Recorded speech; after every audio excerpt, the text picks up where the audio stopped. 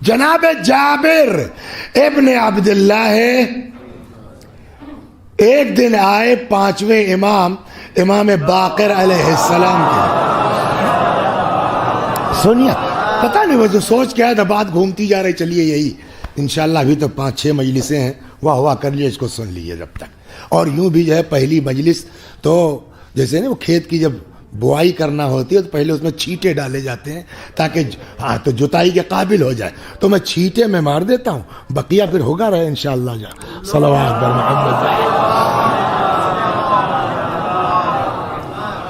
تو جابر کو بھی شوق ہو گیا نعرے والی حدیث سننے کا. اب اس زمانے میں نعرے وارے کی جو ہے وہ رسم تو تھی نہیں، مطلب مفہوم یہی ہے. روایت کہتی ہے اس بہار میں ہے کہ آئے کہنے لگے کہ مولا حدثنی بحدیث فی فضل جدتک فاطمہ، مولا اپنی جد ماجدہ جناب فاطمہ کی فضیلت میں ایسی ایک حدیث سنا دیجئے کہ اذا حدثت بہ الشیعہ فرحوا بذلک، کہ جب آپ کے چاہنے والوں کو سناؤں تو آپ کے شیعہ خوش ہو جائیں. تو یہی نا مطلب ہوا نعرے والی حدیث چاہیے. امام نے فرمایا بیٹھو سنو، جابر جب کل کو میدان محشر ہوگا سارے انبیاء کے لیے نور کا ممبر رکھا جائے گا، اس میں سب سے اونچا ممبر ہمارے جد رسول اللہ کا ہوگا. اللہ کہے گا یا محمد اخطب، خطبہ دو، اور رسول اللہ محشر میں وہ خطبہ دیں گے کہ آج تک کسی نبی نے ایسا خطبہ سنا نہیں ہوگا. خطبہ دینا تو دور کی بات ہے. پھر اوصیہ کا ممبر رکھا جائے گا، اس میں سب سے اونچا ہمارے جد امیر المؤمنین کا ممبر ہوگا. خدا کہے گا یا علی اخطب، تم بھی خطبہ دو، اور علی وہ خطبہ دیں گے کہ آج تک کسی وسیع نے ایسا خطبہ سنا نہیں ہوگا. پھر اولاد انبیاء کے لیے ممبر رکھا جائے گا، اور اس میں سب سے اونچا ممبر امام حسن اور امام حسین کا ہوگا. اللہ کہے گا اخطبہ، تم لوگ بھی خطبہ دو، اور پھر امام حسن حسین وہ خطبہ دیں گے کہ آج تک کسی اولاد پیغمبر نے ایسا خطبہ سنا نہیں. ثم ینادی المنادی وہو جبرائیل، پھر پکارنے والا پکارے گا، آواز دینے والا آواز دے گا. وہ کون ہوگا؟ وہ جبرائیل. این خدیجہ بنت خویلد، خدیجہ کہاں ہیں؟ این مریم ابنت عمران، این کلثم اخت موسیٰ، موسیٰ کی بہن کلثوم کہاں ہیں؟ مریم کہاں؟ این فاطمہ بنت محمد، کہاں ہیں یہ لوگ؟ فیقمنا، قیام کریں گی. کہ اتنے میں جبریل ایک ناقہ لے کے آئیں گے. اب سنیے آپ، پھر اس میں اچھا وقت لگایا ہے ناقے کی تعریف میں. ایسا ہوگا، ہر سب کا اپنا اپنا پروٹوکول ہوتا ہے نا، ہے نا. ایک منسٹر کا الگ ہوگا، چیف منسٹر کا الگ ہوگا، ہاں، پرائم منسٹر کا الگ ہوگا، پریزیڈنٹ کا الگ ہوگا. تو ویسے ہی جو ہے وہ جنت میں آپ محشر میں پروٹوکول تو ہوں گے، لیکن رسول اللہ کا اپنا ہے. مگر 1.25 لاکھ انبیاء ہیں چھوٹے بڑے ملا کر کے، اماموں کا پروٹوکول اپنا ہے، لیکن وہاں بھی کم از کم 12 لوگ ہیں. لیکن پوری جنت میں ایک لوتی ذات صدیقہ طاہرہ کے، ہے نا. خدا غریق رحمت کرے. ایک جملہ ان کا یاد آ گیا، نقل کر دوں پھر آگے بڑھتا ہوں. ہمارے پرنسپل صاحب تھے مرحوم، اللہ بخشے، تقی الحیدری صاحب قبلہ اعلی اللہ مقام. تو وہ کہتے تھے بھیا اس حدیث کو آپ محدود مت کیجئے دنیا کے لیے، اس لیے کہ حدیث میں کیا ہے بھائی سید؟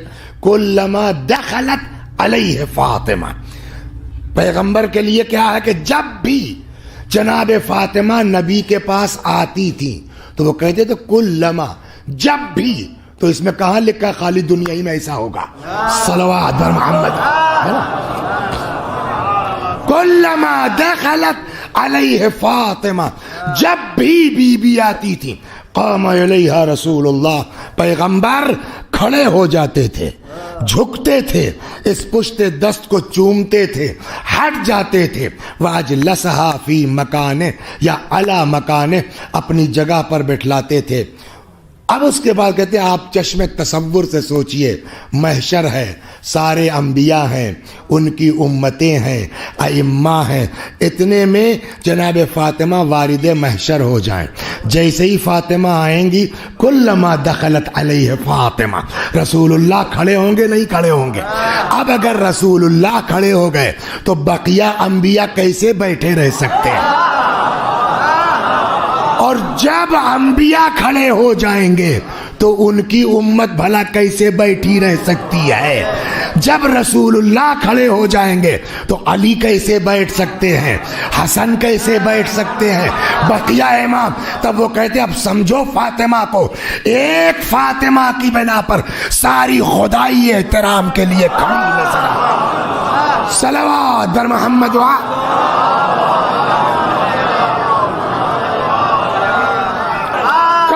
پہچان سکتا ہے صدیقہ طاہرہ سلام اللہ علیہا کی ذات مبارک کیا ہے؟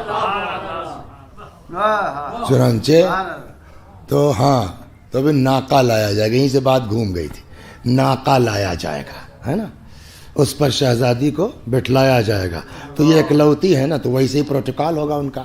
تو روایت کہتی ہے کہ 1,00,000 داہنے فرشتے, 1,00,000 بائیں, 1,00,000 سامنے, پورے پروٹوکال کے ساتھ شہزادی کو اب یہ فرشتے لے کے چلیں گے کہاں؟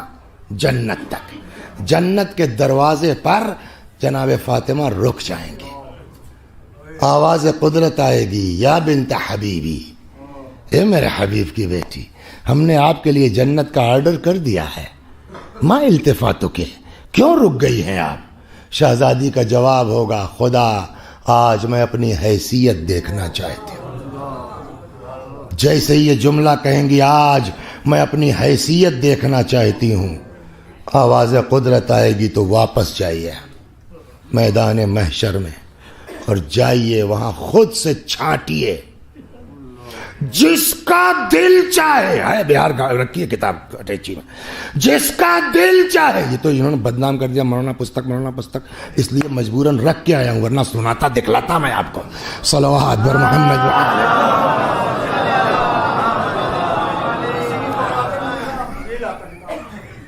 صلوات بر محمد و جائیے محشر میں واپس, جس کا دل چاہے بہشت میں داخل کر دیجئے. اب 1 منٹ رکنا پڑا. جب میں نے یہ روایت پڑھی نا, مجھ کو اپنا بچپنا یاد آ گیا. اب کیا بھی ہوتا ہوگا, اب تو زیادہ تر باغات کٹ گئے ہیں, پھر کھیتیاں شروع ہو گئی ہیں, تو اب تو وہ صاحب وہ باقاعدہ وہ بننے لگے ہیں, ڈرم ٹائپ کے کوٹھیاں بولتے ہیں ہماری طرف, اس میں گیہوں رکھ. پرانے زمانے میں کسانوں کی اتنی اوقات نہیں ہوتی تھی بیچاروں کی, تو یہ بورے میں رکھ کے اور بھوسے میں ڈال دیتے تھے. اور یہ ترکیب بھی جناب یوسف نے بتائی ہے کہ اگر اسی بالی میں رہنے دیا جائے تو 7 سال چلے گا گیہوں. قرآن پڑھیے آپ, صلوات بر محمد, اسی بالی فَذَرُوهُ فِي سُنبُلِهِ. تو وہ صاحب رکھ دیا جاتا تھا بھوسے میں. تو کبھی کبھی یہ ہوتا تھا کہیں ٹپک گیا, کچھ ہو گیا, تو وہ بھوسا بہت کافی نہیں ہے, گھن لگ جاتے تھے. تو جو سمجھدار کسان ہوتے تھے وہ اپنا اس کو نکال کے چیک ویک کرتے رہتے تھے. ایک دن مجھ کو اپنے گھر کا یاد ہے کہ وہ خراب وراب کچھ ہو گیا, ٹپک گیا, کیا تھا, تو یہ دیکھا, ارے باپ رے باپ, یہ تو صاحب گھنا جا رہا ہے. تو وہ 10-15 جو ہے وہ عورتیں جو مزدور ہوتی ہیں بلائی گئی, اور صفائی ہو رہی ہے. اس کے بعد جو ٹھیک ٹھاک تھے اس کو بورے میں بھر کے پھر اسی بھوسے میں رکھ دیا گیا. اب جو گھنا ہوا خراب نکلا, اچھا خاصا نکلا, تو دروازے کے سامنے ہمارے گھور بنا ہوا تو اس میں ڈال دیا گیا.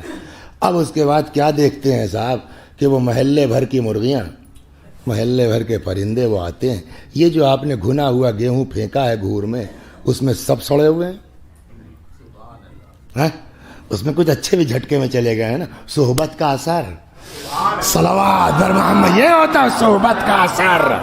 لہذا دوست یار دیکھ کے انتخاب کیجئے, سمجھے آپ. جیسے گھنے ہوئے گیہوں کے ساتھ اچھا پھینک دیا جاتا ہے, ویسے ہی گندے دوستوں کی وجہ سے ہم بھی پھینک دیے جائیں گے. دوستی دیکھ کے کرو بچوں. صلوات بر محمد. تو تو وہ صاحب محلے بھر کی مرغیاں آتی ہیں, وہ اپنا ہٹا کر کے اپنے منقاروں سے, چونچ سے, وہ خراب گیہوں دانوں میں سے اچھے یہی جب میں ایسے پڑھ رہا تھا مجھ کو اپنا بچپنا یاد ہے, کیا مثال دی ہے مولانا. اور یہی میں کبھی کبھی کہتا ہوں بعض اپنے شہری رفقا سے کہ کچھ حدیثیں تم لوگ سمجھ ہی نہیں پاؤ گے, ہم جیسے دیہاتی کسان سمجھیں گے. امام فرماتے ہیں کہ جب اللہ کہے گا کہ جائیے آپ جنت میں, وہ محشر میں, جس کا دل چاہے لے آئیے. اب امام نے قسم کھائی یہاں پر, فرماتے ہیں واللہ یا جابر, خدا کی قسم, جیسے پرندے خراب دانوں کے درمیان سے اچھے دانے چھانٹ لیتے ہیں, ویسے ہی پورے محشر سے فاطمہ اپنے چاہنے والوں کو چن لے. صلوات در محمد و آل.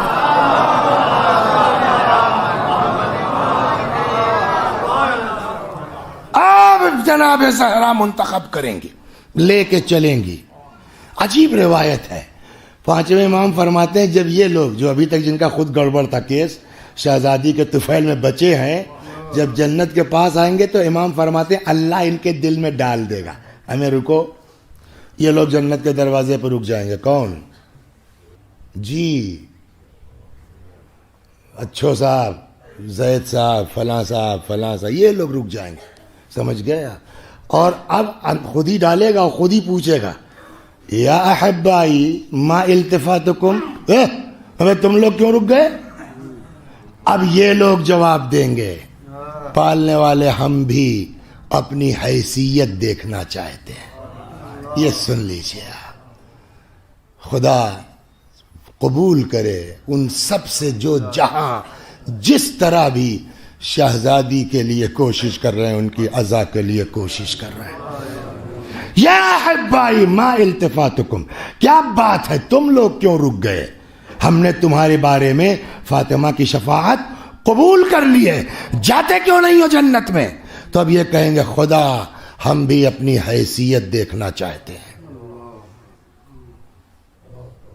آواز قدرت آئے گی ایسا شوق ہے تو جاؤ, تم لوگ بھی چلے جاؤ محشر میں, اور جا کے تم لوگ بھی چھانٹو. جملے سنیے, جاؤ محشر میں دیکھو جس نے بھی تم کو فاطمہ کے نام پر کھانا کھلایا.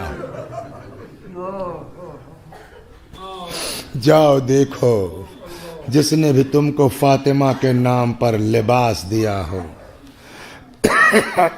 اکثر ہو جاتا میں اپنے ساتھ لکھنؤ جب مجلس پڑھتے ہیں تو مان لو 10 بج گیا, وہاں سے 150 کلومیٹر جانا ہے, تو پہلے ہی سے بھائی کھانے وانے کا انتظام نہ کیجیے گا, جلدی ہے یہ ہے وہ, ہم لوگ چلے جائیں گے.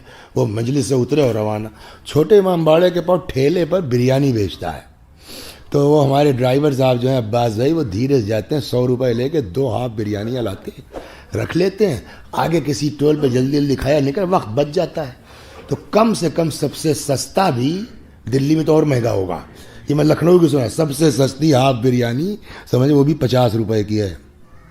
جو آدمی دن بھر مزدوری کر کے 200 روپے کماتا ہے, اپنے بچوں کا پیٹ نہیں بھر پاتا, وہ کسی کو فاطمہ کے نام پر کیا ایک وقت کھلائے گا؟ آپ ہلکے سے ہلکا بھی کپڑا کسی کو دیجئے, کل 3 جمادی ثانی ہے, جناب فاطمہ کے نام پہ خیرات کیجئے, جناب فاطمہ کے نام پہ. غربا کو سمجھیے, لیکن وہی تو کر سکتا ہے نا جس کے پاس پیسہ ہے, جو 1,50,000 کم سے کم تنخواہ پا رہا ہے, جس کا 10-20 لاکھ کا ٹرن اوور ہے, وہی تو کر سکتا ہے نا. اور جو بیچارہ مزدوری کرتا ہے, وہ اپنے لڑکوں کو تو کپڑا بنوا نہیں پا رہا, کسی غریب کو کل کیا دے گا فاطمہ کے نام پر؟ تو کیا مطلب ہوا؟ یعنی جنت بھی پیسے والوں کی ہے. یہ اعتراض غریب آدمی کر سکتا ہے؟ نہیں کر سکتا. مزدور کیسے جائے گا؟ وہ تو نہیں کر سکتا نا, اس کے پاس آمدنی. تو کیا جنت پیسے والوں کی ہے؟ کہتی جلدی مت خفا ہو, خدا کی رحمت عام ہے. سنتے تو رہو, دیکھتے تو رہو. اب روایت کہتی ہے, امام فرماتے ہیں خدا کہے گا جاؤ تم لوگ محشر میں دیکھو جس نے بھی فاطمہ کے نام پر تم کو کھانا کھلایا, جس نے بھی تم کو فاطمہ کے نام پر لباس دیا. چلو کھانے میں پیسہ لگے گا نا, کپڑے میں پیسہ لگے گا نا, تیسرا جملہ جاؤ دیکھو محشر میں ڈھونڈو جس نے بھی فاطمہ کے نام پر تم کو ایک گلاس پانی پلایا ہو، اس کا بازو پکڑو، اس کا بازو تھامو، لے جاؤ جنت میں داخل کر دو۔ امام باقر علیہ السلام فرماتے ہیں واللہ، خدا کی قسم جابر، پھر محشر میں سوائے منافق، کافر اور شاک کے علاوہ کوئی بچے گا نہیں جس پر فاطمہ زہرا کا کرم نہ ہو جائے۔ ہاں وہ بی بی اللہ اکبر، وہ اس لائق تھی۔ کتنے بدقسمت لوگ ہیں وہ، واقعی کتنے بدقسمت اور بے عقلے لوگ ہیں کہ جس بیوی کو اپنی نجات کا ذریعہ بنانا چاہیے تھا، اپنی بخشش کا ذریعہ بنانا چاہیے تھا، اس کے دروازے پر آگ، اس کے دروازے پر لکڑی، اور وہ بھی کیسی، اللہ اللہ اللہ۔